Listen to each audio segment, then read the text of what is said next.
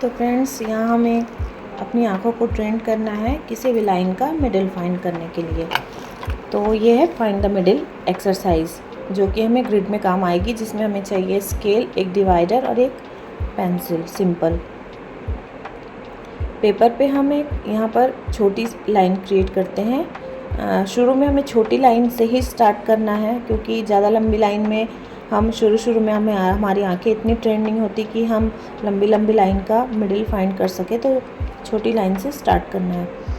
फिर उस लाइन को बहुत देर तक ऑब्जर्वेशन करना है कि उसका मिडिल कहाँ पर है। जब हम सेटिस्फाइड हो जाते हैं कि हाँ, अब इसका मिडिल हमें मिल गया है, और हम वहाँ पर एक मार्क करेंगे बीच में।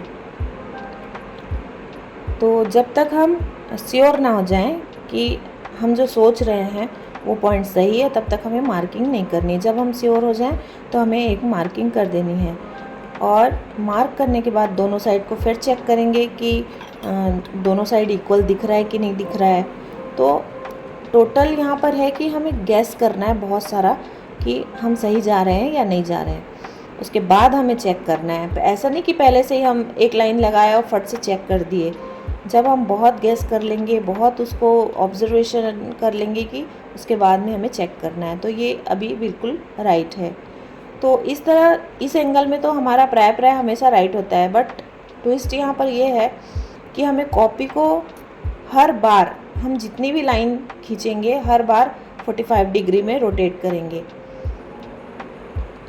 तो अभी हम यहाँ पर कॉपी को रोटेट करके एक लाइन और बना रहे हैं, और उसको हमें इसी एंगल में फाइंड करना है। हम सीधे जैसे बैठे थे हम वैसे ही बैठे रहेंगे, बट हमारी कॉपी रोटेट हो चुकी है थोड़ी सी। तो अभी इस एंगल में हमें लाइन का मिडिल फाइंड करना है। तो पहले लाइन की तरह इसको भी हम बहुत सारा गैस करेंगे, उसके बाद हम उसके मिडिल में डॉट लगाएंगे। तो इस तरह हमारी आँखों को किसी भी चीज़ का मिडिल देखने की आदत पड़ती है, इसीलिए इस एक्सरसाइज का नाम फाइंड द मिडिल है। तो दोनों साइड के डिवाइडर से हम उसको चेक करेंगे कि हमारा सही है नहीं। तो इस एंगल में हमसे थोड़ा अगर गलत बन गया तो अब हम उसको फिर से सुधारेंगे, क्योंकि हमने चेक किया, हमारी गलती निकली। तो हम अब फिर से फाइंड करेंगे कि कहाँ पर मिडिल हो सकता है। हम वहाँ पर एक डॉट और कर देंगे और निशान लगा देंगे। तो जो पहले वाली हमने लगाया था उसको हमें मिटाना नहीं है। जब हम फाइनल वाला लगा लेंगे उसके बाद हम दूसरे वाले को, जो पहले हमने किया था, उसको हम इरेज कर देंगे।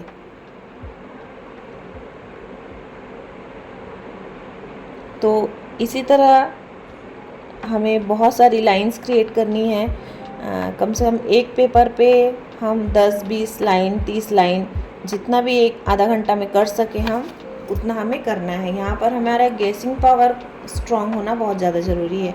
और कॉपी रोटेट करते एक चक्कर गोल घूम के आएगी, फिर से हम दोबारा वैसे ही प्रोसेस करेंगे। तो इस एक्सरसाइज में हमें करना ये है कि जब हमारा मिनिमम 10 में से 8 सही निकलने लगे, या 7, 8, 9 इस तरह सही निकलने लगे, तब हमें इस एक्सरसाइज का डिफ़िकल्टी लेवल इंक्रीज़ करना है। मतलब लाइन को थोड़ी और बड़ी बनानी है और लंबी करनी है। और हमें आई ट्रेनिंग की और दूसरी एक्सरसाइज है उस पर शिफ्ट होना है। तो कम से कम इसको 15 दिन देंगे हम। 15 दिन तक डेली हमें इस एक्सरसाइज की प्रैक्टिस करनी है। हमें ऐसा लगता है कि हाँ नहीं, हम तो सब कर पा रहे हैं, लेकिन जब हम कॉपी को रोटेट करते हैं ना, तब फिर हमें पता चलता है कि कितनी डिफ़िकल्टी है। जब ये पूरा सीधा एक खड़ी लाइन आती है, तब फिर हमें लगता है कि हाँ, हमारी आँखें सही से ट्रेंड नहीं हैं। तो इस एक्सरसाइज को करते करते हमारी आँखें किसी भी चीज़ का मिडिल फाइंड करने के लिए रेडी हो जाती हैं।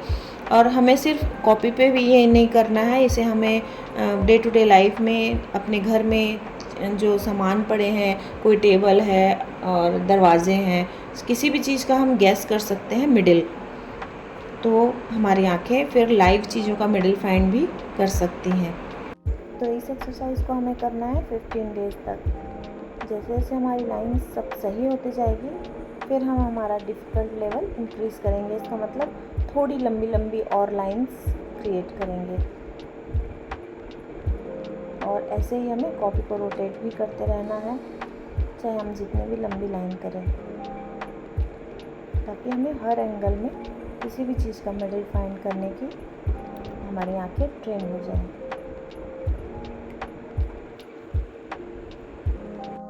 और जब हमारा मिनिमम 10 में से 7, 8 या 9 करेक्ट आने लगे, तब हमें सोचना है कि हाँ, हमारी आंखें अभी थोड़ी ट्रेंड हो चुकी हैं और हम नेक्स्ट एक्सरसाइज में शिफ्ट कर सकते हैं।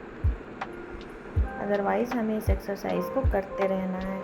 ऐसा नहीं कि 15 डेज़ तक, मैंने बोला तो 15 डेज़, हम अपने प्रैक्टिस के अनुसार हमारी आंखें अभी जिस लेवल पे हैं, तो जब तक हम अच्छे से कर नहीं पा रहे हैं तब तक हमें इसे करते रहना है।